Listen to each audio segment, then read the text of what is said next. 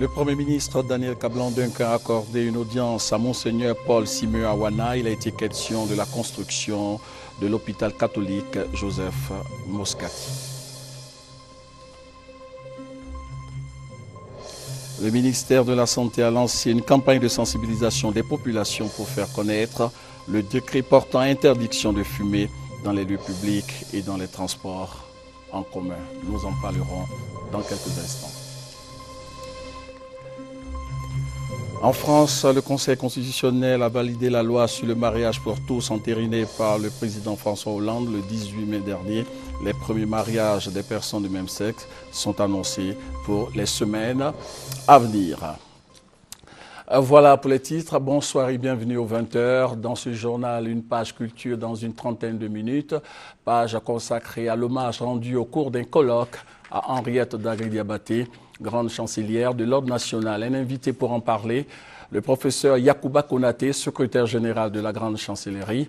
Rendez-vous donc dans une trentaine de minutes. Commençons par la primature où le Premier ministre a accordé une audience à Monseigneur Paul Simeon Awana. Il a été question de la construction d'un hôpital catholique Joseph Moscati. Le compte-rendu de Hugues Hervé Blé. L'État de Côte d'Ivoire respectera l'engagement qui a été pris de soutenir la réalisation de l'hôpital Saint-Joseph Moscati de Yamoussoukro. Arrêter les travaux de construction de l'hôpital international de la basilique Notre-Dame de la Paix reprennent grâce au président de la République Alassane Ouattara qui a décidé de les relancer. Il en a été question au cours de cette audience accordée par le Premier ministre à Monseigneur Paul Simeon Awana, représentant le conseiller d'administration de la Fondation internationale Notre-Dame de la Paix. Il y a eu un comité de travail. Ils ont estimé combien il fallait pour terminer l'hôpital. Et puis, ils nous ont proposé un chronogramme de décaissement et de visite de chantier. Ça fait au total 9 milliards. Ils sont déjà partis pour appuyer donc ce dossier. Il y a à peu près autour de 4 milliards qui restent à faire pour terminer donc ce travail. Voilà. Et donc on a convenu ensemble comment nous devons faire en sorte que la décision du chef de l'État devienne réalité sur le terrain. À cette rencontre était présent le père Roberto Campissi, le chargé d'affaires de l'Annonciature à Abidjan. L'hôpital catholique Saint-Joseph Moscati de Yamoussoukro, qui devrait ouvrir en fin d'année, est destiné à tous les malades, en particulier les démunis. Toujours dans l'actualité nationale, des responsables techniques en charge de l'électricité en Côte d'Ivoire étaient récemment face à la presse pour donner les raisons des coupures d'électricité. Ils ont également parlé des mesures prises par le gouvernement. Les détails avec Francis Boifo. Face à la presse, le directeur général adjoint chargé de la distribution de l'électricité de la compagnie ivoirienne d'électricité CIE s'est voulu clair sur les raisons à l'origine des coupures intempestives d'électricité dans les ménages. D'abord, il y a la limite de capacité de certains ouvrages qui sont atteints. Deuxième cause, c'est la fraude. La fraude a atteint des proportions telles que souvent les réseaux qui ont été construits pour un certain nombre de personnes, les fraudeurs qui viennent se greffer là-dessus et qui consomment de façon abusive puisqu'ils ne payent pas, eh bien, cela amplifie le phénomène de dépassement des capacités dont j'ai parlé tout à l'heure. Troisième cause, des vols et des actes de vandalisme sur le réseau électrique. Kwasi Mathias indique que le gouvernement ivoirien a pris toutes les dispositions pour résoudre au plus pressé les problèmes d'électricité sur toute l'étendue du territoire national. Concernant le réseau de distribution, sachez que depuis 2 mois, la tutelle, le ministère des Mines, du Pétrole et de l'Énergie a mené une action forte, donc dégager des moyens pour qu'on puisse faire d'importants travaux de renforcement sur le réseau. Cette opération s'achève dans 2 mois. Elle vise, selon ses initiateurs, à améliorer la qualité du réseau électrique ivoirien et à soulager les ménages, opérateurs économiques et tout autre consommateur d'électricité. Les localités de plus de 500 habitants seront électrifiées sur toute l'étendue du territoire. Pour réaliser ce vaste projet, un programme national d'investissement d'accès aux services énergétiques modernes a été créé. Avant sa mise en œuvre, les experts réfléchissent sur sa validation. Mamadou Kouassi nous en parle. En Côte d'Ivoire, 4,5 millions de personnes installées essentiellement dans les zones rurales n'ont pas accès à l'électricité. Une situation préoccupante pour le gouvernement qui aspire faire de la Côte d'Ivoire un pays émergent à l'horizon 2020 et surtout pour l'atteinte des objectifs du millénaire pour le développement, OMD, en 2015. Un programme national d'investissement pour l'accès aux services énergétiques modernes est prévu. Objectif: passer de 34% à 67% de taux de fourniture d'électricité dans les ménages des zones rurales. Mais avant, les experts réfléchissent sur sa mise en œuvre. Donc toutes les localités d'au moins 500 habitants de la Côte d'Ivoire, donc un programme national d'électrification rurale a été mis en œuvre donc, pour faire la prise en compte donc, de ces localités. Ensuite, vous avez la cuisson. Au lieu de faire la cuisson avec les méthodes classiques, donc les 3 cailloux avec les foyers là-dessus, on veut faire des foyers améliorés. Les foyers améliorés qui vont avoir leur énergie de base qui va être soit le gaz naturel ou d'autres formes d'énergie qui permettent donc de faire la cuisson moderne. Le directeur pays du programme des Nations Unies pour le développement, PNUD, salue l'engagement du gouvernement à atteindre les objectifs du millénaire pour le développement. Il invite donc l'État à sortir la population de la pauvreté. Pour cet atelier de validation du programme national d'investissement d'accès aux services énergétiques, la Côte d'Ivoire bénéficie du soutien des experts du Sénégal, du Bénin et du Togo, qui ont permis à leur pays de réaliser plus de 50% du taux de couverture d'électricité dans les zones rurales. Amadé Oreimi, installé de façon illégale dans la forêt classée du Mont Péko, a été mis aux arrêts. L'opération s'est effectuée sans incident, sans violence. Amadé Oreimi a donc été arrêté sans violence, il faut le dire, et il est en route pour Abidjan. Des ex-combattants s'inscrivent dans le processus de paix. À Bouaké, ils ont décidé de déposer les armes pour contribuer à la consolidation de la paix et faciliter leur intégration dans le tissu économique et social. Pour en savoir davantage, suivant ce compte-rendu signé Kwadio Kwame. Environ 300 ex-combattants de Bouaké déposent leurs armes en vue de leur réinsertion et réintégration dans le tissu socio-économique du pays. À travers cet acte, les ex-combattants souhaitent renouer avec la paix pour la stabilité du pays. Je conseille tous mes amis à venir déposer les armes parce que la guerre est finie. Ce que j'ai chez moi, donc je viens de déposer aujourd'hui. Pour que l'État puisse me récompenser, pour le moment on ne travaille pas, c'est travail en vie. Je suis venu déposer les armes parce que je veux que le pays n'a qu'à avancer. Nous tous on n'a qu'à aller derrière la paix. Témoin de cette opération de collecte d'armes, l'ONUCI et l'autorité pour le désarmement, la démobilisation et la réintégration ADDR. Sur le site d'accueil, des armes de tout calibre, des munitions, des tenues militaires, etc. ont été enregistrés. À cet effet, 4 ateliers d'identification sont installés pour recevoir les ex-combattants candidats au dépôt d'armes. Nous essayons de notifier leur identité afin qu'ils puissent aller déposer les armes au niveau des conteneurs aménagés à cet effet. Et après avoir rempli les fiches, nous leur remettons et ils vont voir un agent de l'armée qui est chargé du désarmement et auprès de lui ils vont déposer les armes. Tous les ex-combattants possédant des armes sont appelés à se débarrasser de ces instruments indésirables, désormais encombrants. Le gouvernement a décidé de renforcer les capacités de communication en Côte d'Ivoire. Il s'agit en fait du renforcement du réseau national de haut débit de fibre optique. Ce projet va couvrir tout le pays selon le ministre de la Poste, des technologies de l'information et de la communication, Bruno Okone. Le point avec Kwadio Kwame. L'accès à Internet dans de nombreuses localités de la Côte d'Ivoire demeure quasi inexistant. Cet outil de développement et de communication est constamment perturbé à cause de la qualité du service dans plusieurs villes du pays. Pour pallier cette insuffisance et surtout permettre à tous les Ivoiriens de se familiariser avec le langage informatique, l'État a initié la construction du réseau national haut débit de fibre optique sur l'étendue du territoire national. Ce projet viendra en complément des réseaux de fibre optique existants. D'une longueur d'environ 6700 km, il reliera les préfectures et sous-préfectures du pays.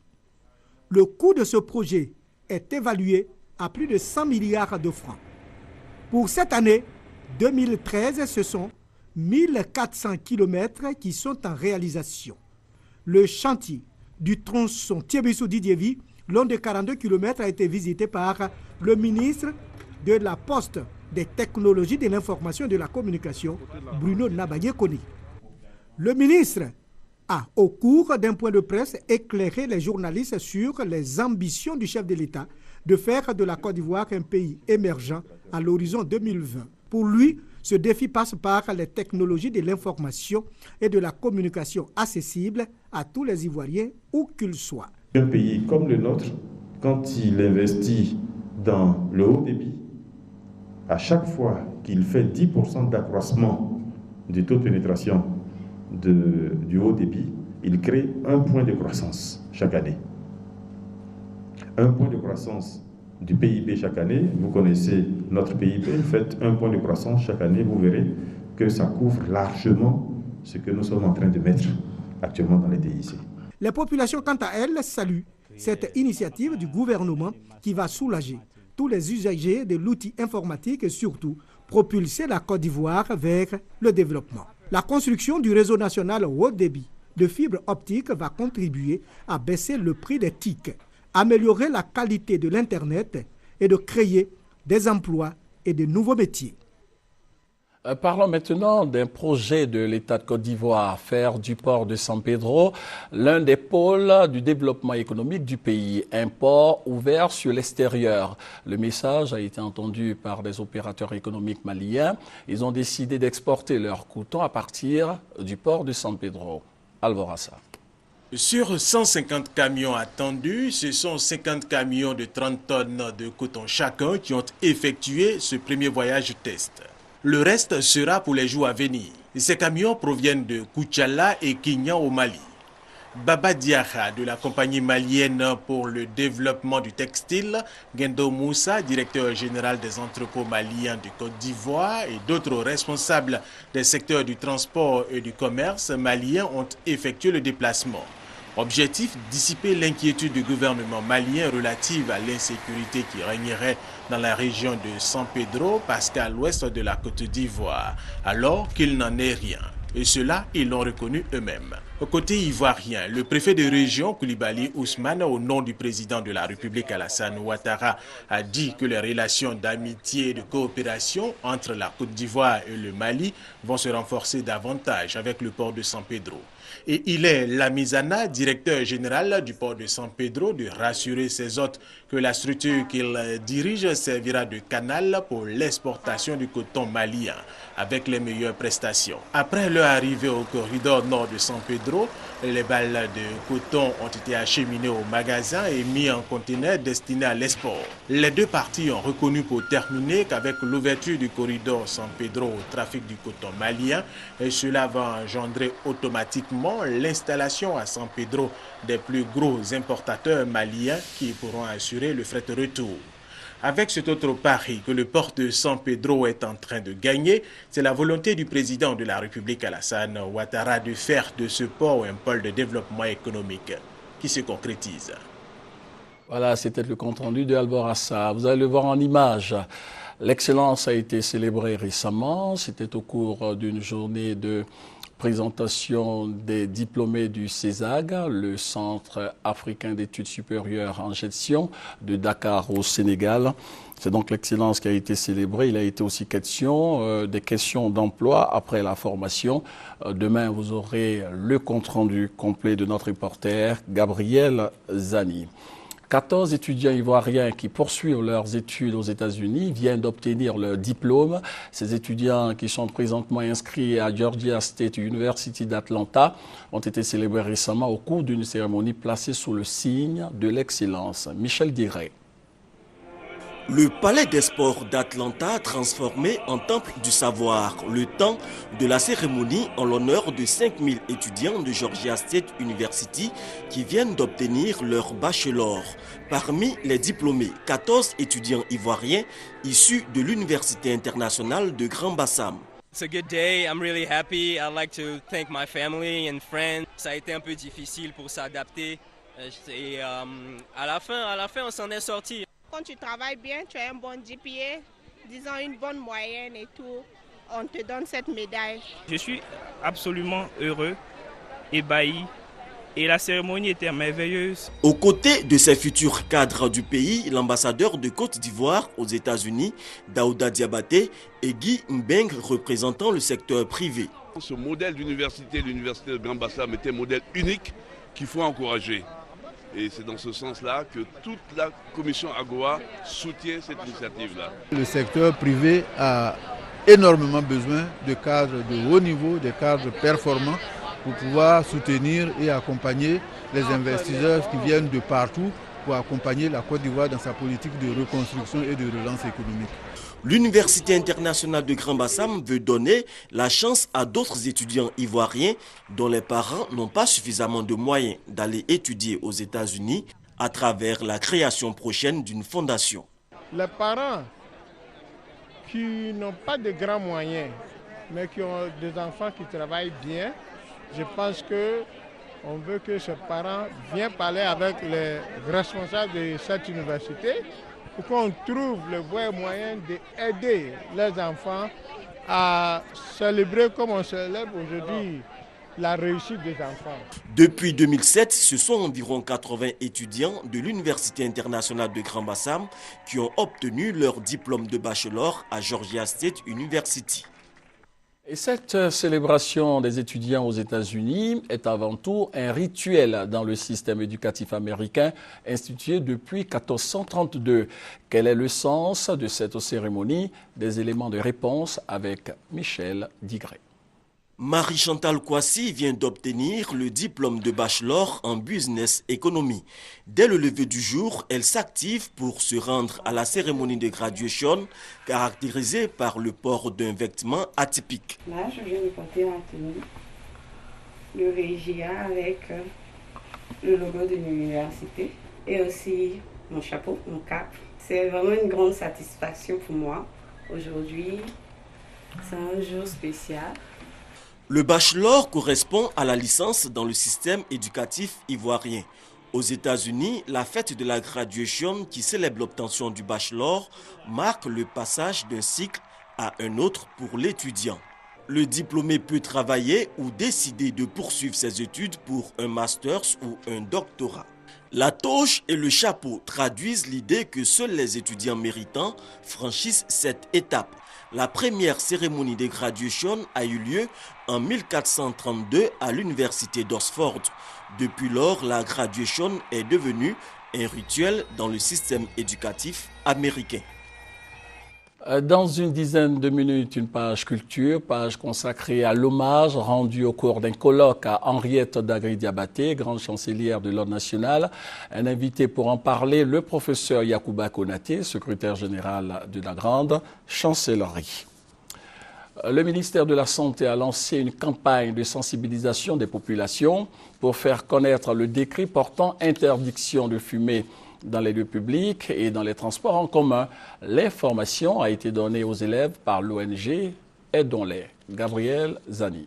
L'hypertension artérielle, les accidents vasculaires cérébraux, les cancers sont entre autres maladies les conséquences souvent mortelles du tabagisme selon l'Organisation mondiale de la santé. Et en Côte d'Ivoire, 15 Ivoiriens sur 100 fument selon une enquête réalisée en 2005 par le ministère en charge de la Santé. C'est pourquoi le gouvernement a décidé d'interdire de fumer dans les lieux publics et dans les transports en commun. Nous continuons toujours de sensibiliser. Nous rencontrons toutes les personnes qui sont concernées par ce décret. Les propriétaires, les responsables de bars, les transporteurs, les hôteliers. Fumer dans un lieu public ou dans un véhicule de transport en commun met en danger la santé et donc la vie des personnes exposées à la fumée. Dès l'instant que vous avez une personne qui ne fume pas à côté de vous, il ne faut pas fumer. Il faut arrêter de fumer, il faut éteindre votre cigarette. Nul n'est autorisé d'en fumer autrui.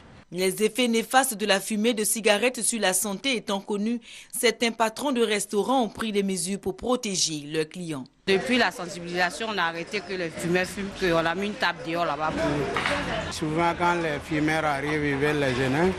Nous, on se plaint et puis ils se mettent à l'écart. S'il finit de fumer, il revient. Mais aujourd'hui, l'addiction au tabac se développe de plus en plus chez les jeunes scolarisés. 25 élèves sur 100 fument. L'ONG Aidons-les s'est investie dans la lutte contre le tabagisme en milieu scolaire pour mieux les aider. Le président de l'ONG leur propose un remède efficace contre la dépendance au tabac. C'est un médicament qui est conçu à la base des plantes naturelles. Et dès qu'on te donne un petit verre de thé, là, quand tu bois net, c'est fini, tu ne fumes plus jamais dans ta vie. La journée anti-tabac organisée au lycée Saint-Gilbert de Diago sera ponctuée de projections de films sur les méfaits du tabac.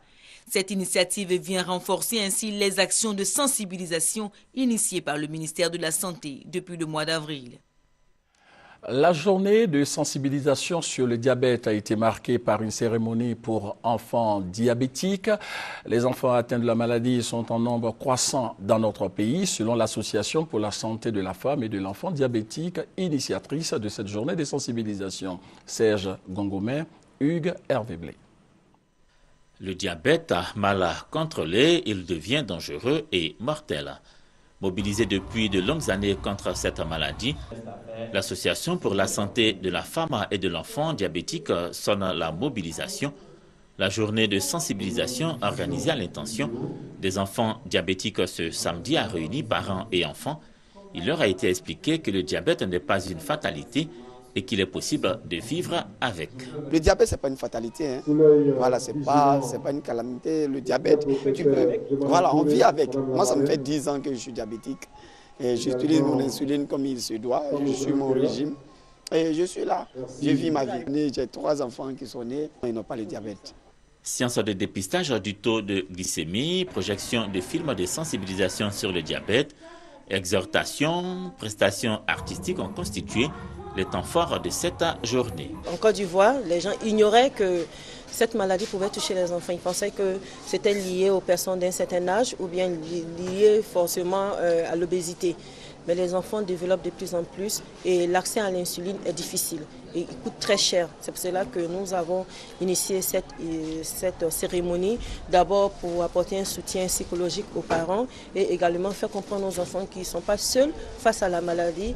Le traitement du diabète en Côte d'Ivoire connaît une amélioration notable grâce au chef de l'État, Alassane Ouattara, et au gouvernement qui ont rendu possible l'accès gratuit à l'insuline pour les femmes enceintes.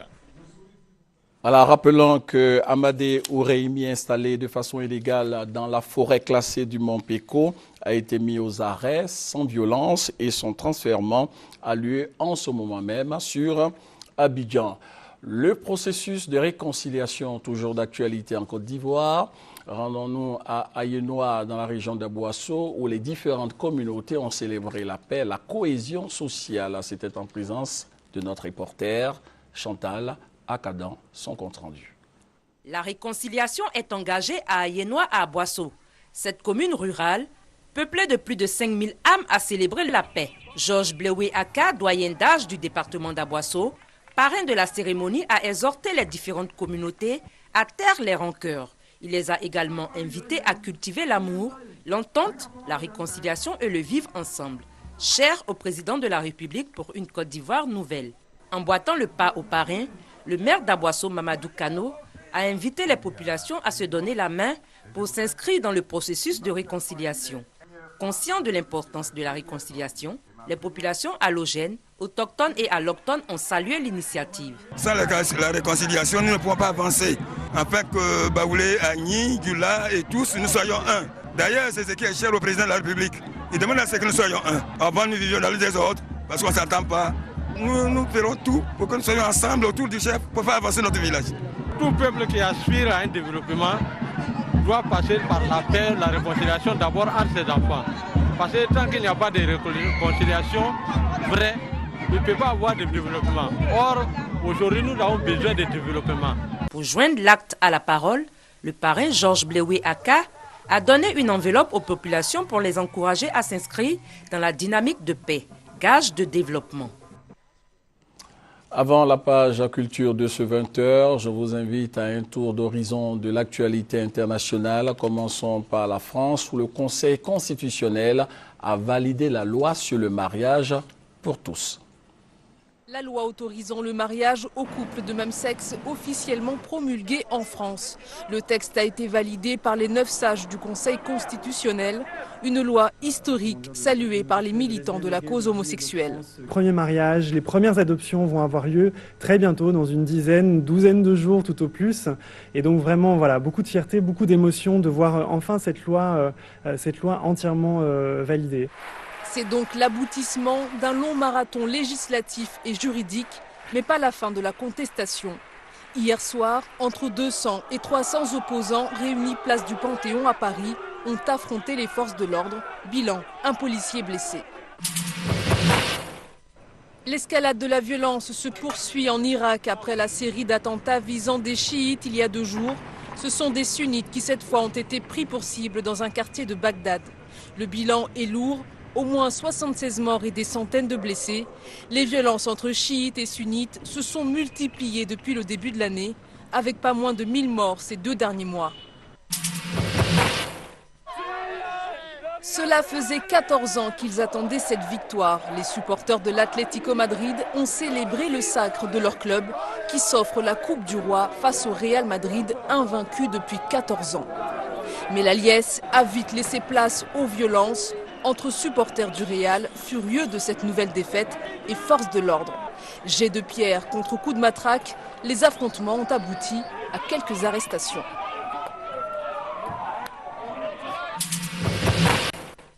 Nouvelle journée d'action contre le gouvernement d'Enrico Letta en Italie. Des milliers de personnes ont répondu à l'appel des syndicats pour dire non à la politique d'austérité. Ils demandent au président du Conseil de se concentrer sur la création d'emplois, notamment pour les jeunes durement frappés par le chômage. Autre inquiétude, la récession qui se prolonge pour la 2e économie de la zone euro. Un retour en Côte d'Ivoire, le président du Conseil économique et social, Marcel Zadi-Kessi, a présenté officiellement son 5e livre qui a pour titre « Le village école ». Ce livre retrace le développement du village de Yakoli Dabouo, un modèle de village moderne. Chantal Akadan nous en parle. Yakoli Dabouo, ce village situé à une vingtaine de kilomètres de Soubré et à près de 400 kilomètres d'Abidjan, reste aujourd'hui une référence à cause des réalisations. Village moderne développé grâce à un fils de la région, Marcel Zadi-Kessi. Il a même écrit une œuvre pour partager son expérience de développement. Le village école, où Yakoli Dabouo, une expérience de développement, est un livre qui retrace le rêve de l'auteur qu'il a nourri il y a 40 ans. Voir son village natal sorti de la pauvreté et du sous-développement. Les résultats attendus sont bien là. Les villageois mangent à leur faim au moins 2 repas par jour. Tous les enfants du village sont scolarisés. Les revenus de tous les villageois ont sensiblement augmenté. Plus de 15% d'entre eux gagnent en moyenne 300 000 francs CFA par mois, parfois beaucoup plus. Les ménages ont un plan d'épargne et récemment, un fonds commun de placement a été créé. L'organisation de la communauté et son avenir sont assurés par le conseil du village. Le village école est une œuvre présentée en film documentaire. Les personnalités présentes à la cérémonie de dédicace sont reparties enrichies et inspirées. Il faut commencer, voir grand, mais démarrer tout de suite avec ceux qui sont prêts. C'est une expérience que nous devons pouvoir répandre partout dans nos villages afin que nos villages puissent connaître le développement, afin que nos villages, nos populations, nos frères et nos sœurs qui n'ont pas eu la chance de faire des études ou de réussir les études puissent aussi connaître un bien-être. Les 108 pages de ce 5e livre de l'auteur Marcel Zadi-Kessi enseignent l'expérience, la patience et la dévotion pour atteindre un objectif. Le village école doit inspirer tous ceux qui ont des ambitions de développement. La langue française, identité et différence, c'était le thème de la table ronde organisée par la Fondation Abadou en Patéba. Des panels ont meublé cette table ronde pour mettre en relief la langue française comme identité culturelle. Léon Bro. Écrivain, historien, philosophe, poète, conteur, chantre des civilisations et des cultures africaines, Amadou Hampâté-Bâ, encore dans la mémoire collective, ses nombreux ouvrages aidants. Je connais Amadou Hampâté-Bâ à travers ses romans comme Le Petit Baudiel et L'étrange destin de Wanglin. Amadou Hampâté-Bâ, pour moi, c'est toute une mémoire, toute une bibliothèque qu'on a perdue. Parce que c'était quelqu'un, comme on peut le dire, qui avait des connaissances, qui avait des valeurs. Et je me dis aujourd'hui, s'il vivait, c'était quelqu'un qui allait pouvoir diriger la jeunesse. Dommage, et bien dommage, puisque la bibliothèque Hampâté-Bâ a brûlé en 1991 sans avoir pu mettre à disposition les résultats de ses recherches pour montrer la langue vernaculaire comme utile dans la maîtrise du français. Il estimait que ces langues africaines avaient des idiomes et qu'elles étaient imagées et qu'on pouvait garder cette originalité tout en exprimant dans cette langue française. Et je crois que ces œuvres en sont un témoignage parce qu'elles portent tout le passage de l'oralité à l'écrit en portant le génie de la symbolique Peul. 22 ans après la mort de l'écrivain, la Fondation Amadou Hampâté-Bâ a la tâche pour achever son œuvre. À la clé, des échanges sur la langue française, identité et différence. Les intervenants décortiquent ce thème sous 4 aspects, du jeu du langage à l'apport des langues maternelles dans le parler des autres langues, en passant par la langue comme moyen d'exercice d'un pouvoir. Conclusion, mieux on parle sa langue, apte est-on à maîtriser une langue étrangère. Les panélistes invitent donc à la promotion des langues vernaculaires à la suite de Amadou Hampâté-Bâ, ce maître de la parole qui a eu ce mérite de manipuler le français grâce à sa grande maîtrise de sa propre langue. Un hommage a été rendu à Henriette Dagri-Diabaté, grande chancelière de l'Ordre national. Elle a invité pour en parler le professeur Yacouba Konaté, secrétaire général de la grande chancellerie. Bonsoir. Bonsoir, monsieur. Eh bien, vous n'êtes pas pour les hommages à titre posthume, c'est ça? Non, parce que le défunt aimerait bien entendre les paroles que très souvent on dit après coup. Et autant que possible, je pense que il faut dire aux vivants tout le bien qu'on ressent pour eux. D'accord. Alors, première question, alors pourquoi un colloque international en hommage? D'abord parce que c'est une initiative du ministre de la Culture, M. Bandama Maurice, qui a été appuyé en cela par le ministre Bakongo et par la présidente de l'université, Mme Liramata. Alors le pourquoi, c'est que d'abord, Mme Henriette Dagri-Diabaté est une formatrice. Il faut savoir qu'elle a formé des historiens prestigieux comme le professeur Jean-Noël Loukou. Elle a formé également des personnalités comme le professeur Ouattara Tiona. Elle a formé des personnalités comme Mme Bala Keïta, Mme Bokoum, le Massou Fofana. Et pour les gens de ma génération, ça a été une référence. Parce que figurez-vous seulement que de la 6e à la terminale, devant moi, je n'ai eu qu'un seul prof noir. Et quand j'ai fait l'université d'Abidjan, j'ai vu mon premier prof noir arriver seulement en licence. Et c'était le professeur Nyamke Kofi. Donc des personnalités comme Mme Diabaté ont aidé non seulement à l'africanisation de l'université, mais aussi à l'ivoirisation des cadres enseignants de l'université. Ça, c'est l'une des premières explications. Deuxièmement, c'est une chercheuse de très grand niveau. Sa thèse de doctorat qui porte sur le sang-oui ne fait pas moins de 3500 pages. Et c'est une thèse qui a eu le mérite d'échapper à ce que Karl Marx appelait la critique des termites, dans la mesure où elle vient d'être éditée en livre, et le livre est disponible maintenant aux éditions du Sérap et aux éditions Cartala. Alors évidemment, il y a la dimension de la femme politique. Tout à fait. Politique au sens de la femme ministre de la Culture, la femme ministre de la Justice, et j'ajouterai la femme présidente d'institutions.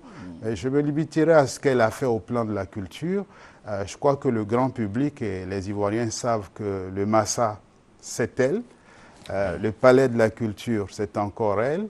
Le premier étalon du du Yedenga pour la Côte d'Ivoire, c'est elle, mais c'est Nyuan Bala. Et l'INSA, qui devient un établissement d'enseignement supérieur, c'est elle. Et maintenant, le volet politique-politicien, c'est qu'elle est la première femme à diriger un parti politique qui était d'opposition, qu'elle a su conduire au pouvoir. Alors je pense que ce tableau, c'est pas mal. Tout à fait. Alors avant de poursuivre ce plateau, je vous invite à suivre les temps forts de ce colloque international avec Marie-Laure Ongora. Une femme, un leader exemplaire, une référence. Les qualificatifs n'ont pas manqué pour décrire Henriette Dagri-Diabaté, la grande chancelière de Côte d'Ivoire. Le colloque international organisé en son honneur pendant 2 jours vient de prendre fin. Le ministère de la Culture et de la Francophonie tire les conclusions avec l'ensemble des participants venus notamment d'Afrique et d'Europe. Le tambour parleur chez les Baoulés, chez les Aïnis, ne salue pas la femme. Mais quand la femme a des qualités exceptionnelles et quand la femme a montré son unicité, le tambour sort. Donc, mesdames, Henriette Dagri-Diabaté est femme, mais elle est femme d'État, elle est homme d'État, elle est universelle. Ambiance conviviale, mais aussi réflexion. Comment pérenniser, promouvoir les valeurs d'équité, de responsabilité, de travail, de leadership dont a fait sienne la grande chancelière? L'une des recommandations est l'instauration d'un prix dénommé Henriette Dagri-Diabaté. Le prix national Henriette Dagri-Diabaté de l'éducation et de la culture.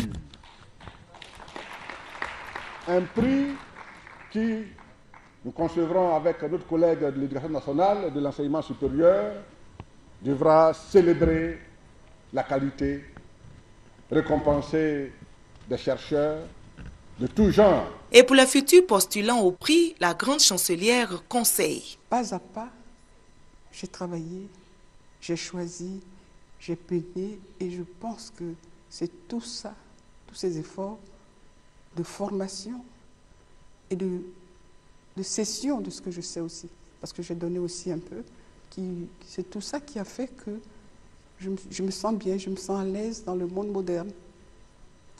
Une autre direction, c'est que tout en me fondant sur la formation, je considère qu'il ne faut pas négliger sa propre culture. Pour moi, une femme est faite pour donner la vie.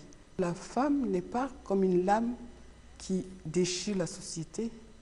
Au contraire, elle est comme une aiguille qui tisse avec un fil d'or et un fil qui est cousu d'amour. Henriette Dagri-Diabaté, la question du leadership féminin, histoire et actualité, c'est le thème qui a retenu l'attention pendant ce colloque. Certainement un prix pour immortaliser l'intellectuel. Alors, qui est éligible au prix?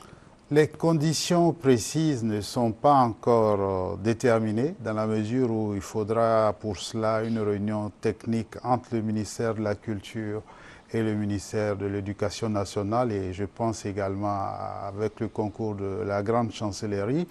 Mais ce que j'aimerais dire, c'est que c'est un prix qui n'est pas seulement institué, il est également créé. Puisque séance tenante, nous avons reçu des dotations. La première dotation que nous avons reçue, c'est celle du professeur Théodire, qui était un des participants au colloque, qui nous a remis un chèque. La deuxième dotation, c'est celle du ministre Ahmed Bakayoko. Et je dois dire que la première dotation d'une femme que nous avons reçue, c'est celle de Touré Masséré. Donc c'est vraiment un processus qui est en route et très rapidement, nous allons voir les contours techniques dans la mesure où c'est un prix qui doit intégrer à la fois la dimension de l'éducation et de la culture. Voilà, avant de vous laisser partir, que retenir de Henriette Dagri-Diabaté? Alors, moi je pense que c'est d'abord que tout à l'heure j'ai indiqué tout ce qu'elle a fait en tant que première femme à avoir soutenu un doctorat d'État, avoir été première femme ministre d'État, etc. Tout cela, pour moi, c'est des signaux qu'on essaie d'envoyer à la jeunesse, pour que la jeunesse comprenne que ce qu'une autre femme a fait, ce qu'une femme a fait, une autre peut le faire et même aller au-delà. Et c'est pour cela que nous insistons sur ce caractère de pionnier, cette qualité qu'elle a jouée.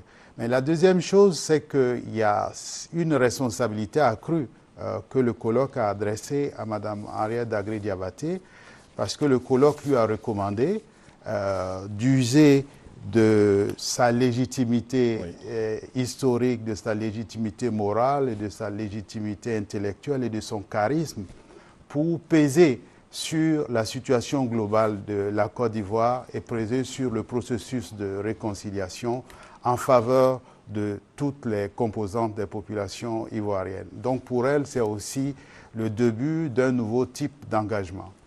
Alors merci d'avoir alimenté cette page culture. Merci, monsieur. Bonne soirée. Merci. La RTI est en deuil. Lat Amari Jean-Maxime, machiniste, a été emporté par la maladie. Il a été inhumé dans son village, Vieille Aclauge, c'est dans le département de Dabou. Plus jamais Lat Amari Jean-Maxime au volant d'un quelconque véhicule de la RTI. L'ex-machiniste a été porté en terre ce samedi à Vieille Aclauge, dans la sous-préfecture de Dabou, après qu'il a rangé définitivement les clés des véhicules le 27 avril dernier. Et pourtant, Jean-Maxime n'aura servi que 3 ans la RTI qu'il a intégrée en mars 2010 à la suite d'un test de recrutement. Douloureuse a donc été cette séparation, surtout au moment pour ses collègues de lui rendre, au nom de l'entreprise, le dernier hommage. La gorge étreinte, Camara Lamine témoigne des qualités du disparu.